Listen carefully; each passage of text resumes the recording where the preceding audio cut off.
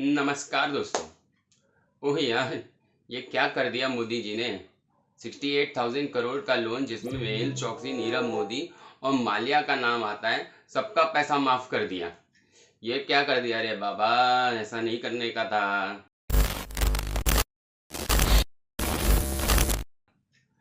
अरे परेशान मत होइए, लोन वेव ऑफ मतलब माफ नहीं हुआ है, राइट ऑफ हुआ है। एक आरटीआई फाइल की गई जिसमें पता आरबीआई ने बताया है कि 50 लोन डिफॉल्टर्स, जिनमें मेहुल चौकसी, माल्या और नीरव मोदी का भी नाम है, इन सबका मिलाकर 68,000 करोड़ का लोन राइट ऑफ किया गया है बैंकों द्वारा। पर कांग्रेस से झूठ और पप्पू से पप्पूगिरी ही एक्सपेक्ट की जा सकती है। प्रेस कॉन्फ्रेंस करके रणदीप सुरजेवाला ने झूठ बोला कि बीजेपी ने अपने मित्रों का लोन माफ कर दिया। चौकसी, नीरव और माल्या को लोन कौन बांट रहा था?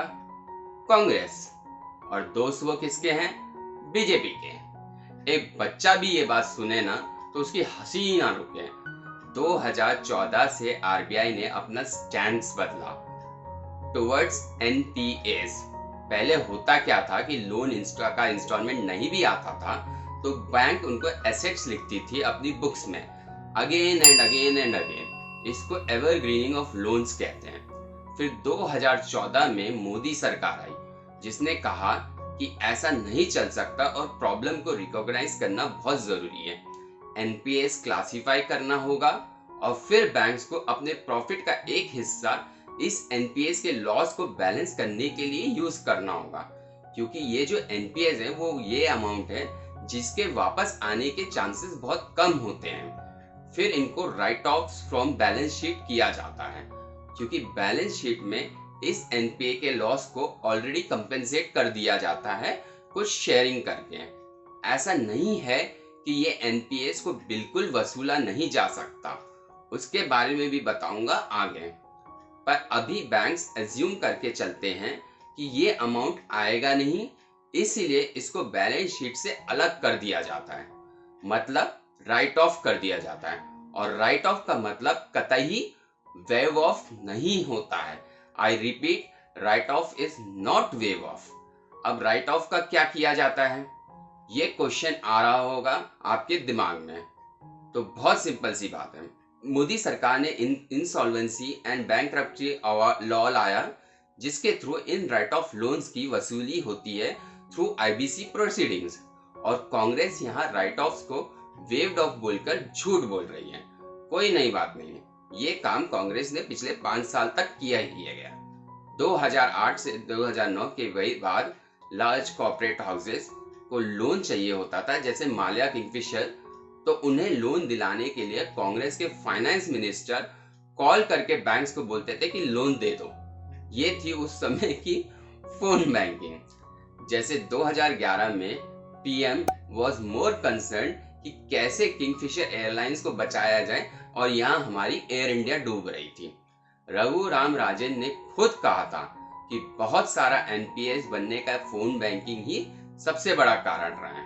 और इस तरह क्रोनिक कैपिटलिज्म यूपीए के समय 2004 से लेके 2014 के बीच देखा गया है। इसलिए जितना कांग्रेस ने खुद लूटा या लुटवाया इस देश का पैसा, उस हिसाब से कांग्रेसियों को अपना मुंह बंद रखना चाहिए और फाइनेंशियल मैटर्स पर ज्ञान की पुड़िया जो बनाई है उसको अपने स्थान विशेष में घुसा लेना चाहिए।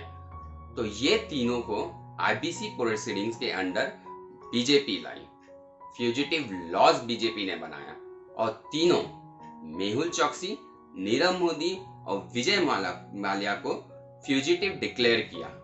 जहां ये लोग हैं उन देशों से लगातार इनकी एक्सट्रेडिशन की कोशिश चल रही है। ट्रीटीज इतनी कॉम्प्लेक्स होती हैं इंडिया और डिफरेंट कंट्रीज के बीच कि इतना आसान नहीं होता है एक्सट्रेडिशन करना, पर भारत सरकार लगातार कोशिश कर रही है।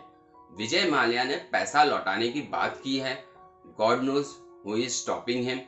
नीरव मोदी लंदन की जेल में उसकी बेल एप्लीकेशन रिजेक्ट हुई है, इंडिया आने में इसकी फट रही है, बोल रहे हैं अगर एक्सट्रेडिशन हुआ तो सुसाइड कर लेगा।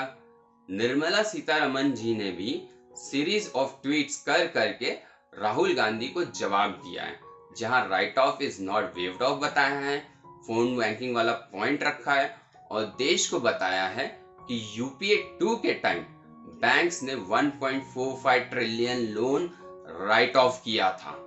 क्या वो भी वेव्ड ऑफ हुआ? तो मतलब कांग्रेस ने तो ज्यादा वेव्ड ऑफ कर दिया। मतलब कांग्रेस की झूठ की पोल तो खोली ही खोली निर्मला जी ने, साथ ही साथ पप्पू के चारों खाने चित भी कर दिए। तो पूरा सम अप अगर करूं, कांग्रेस ने डिफॉल्टर्स होने के बावजूद अपने दोस्तों मेहुल, नीरव और माल्या को लोन पर लोन दिलवाया। पी चिदम्बरम, जिन पर खुद स्कैम्स का केस चल रहा है और जो अभी अभी जेल जाकर आए हैं, उसने फोन कर करके बैंक से लोन पास करवाया था। पहले से बैड लोन्स या एनपीएस झेल रहे बैंक पर एनपीएस का और बर्डन बढ़ता गया। फिर मोदी सरकार आई, इंसॉल्वेंसी कोड लाई, फ्यूजिटिव लॉ लगाकर वसूली शुरू की। इन्हें देश में वापस लाने की पूरी कोशिश कर रही है। कौन क्रोनी कैपिटलिज्म कर रहा है, कौन किसका दोस्त है, सब समझ गए होंगे आप। मोदी सरकार में 9,967 recovery suits, 3,515 FIR, invoking fugitive amendment act on defaulters जैसे काम किए गए। डिफॉल्टर्स पर नकेल कसी गई और काफी पैसा वसूला भी गया। मेहुल चोकसी, नीरव मोदी, विजय माल्या के कुल मिलाकर 18,000 करोड़ के एसेट्स ईडी ने अब तक अटैच किए हैं और ये सब काम हुआ है अंडर मोदी गवर्नमेंट। दरअसल दोस्तों, कांग्रेस के राहुल गांधी ने देश की जनता को बेवकूफ समझ रखा है। यही नौटंकी ये 2019 से पहले भी करता था और नतीजा क्या रहा सबके सामने है। इनको सिर्फ 52 सीट्स मिली। कल की नौटंकी भी आपने देखी होगी, किस तरह रघुराम राजन के साथ ये इकोनॉमिक डिस्कशन कर रहे थे। होना तो लाइव चाहिए था, पर पूरा एडिट करके पोस्ट किया गया। अब सबको पता है एडिट क्यों किया गया होगा, मुझे शायद बताने की कोई आवश्यकता नहीं है, आप समझदार हैं। बेचारा पप्पू हमारा हीरो बनने की बहुत कोशिश करता है, पर खुद का ही मजाक बना लेता है।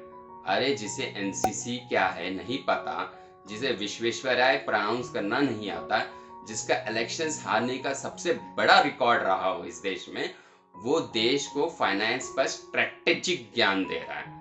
अरे जब सिंपल दाल चावल बनाना नहीं आता तो काहे महाराजा भोज थाली बनाने पे तुले हुए हो, काहे जिद कर रहे हो भैया।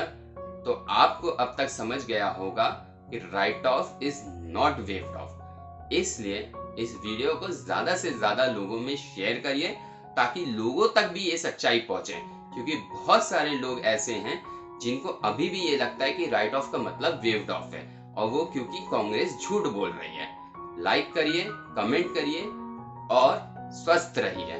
धन्यवाद दोस्तों। जय हिंद, जय भारत।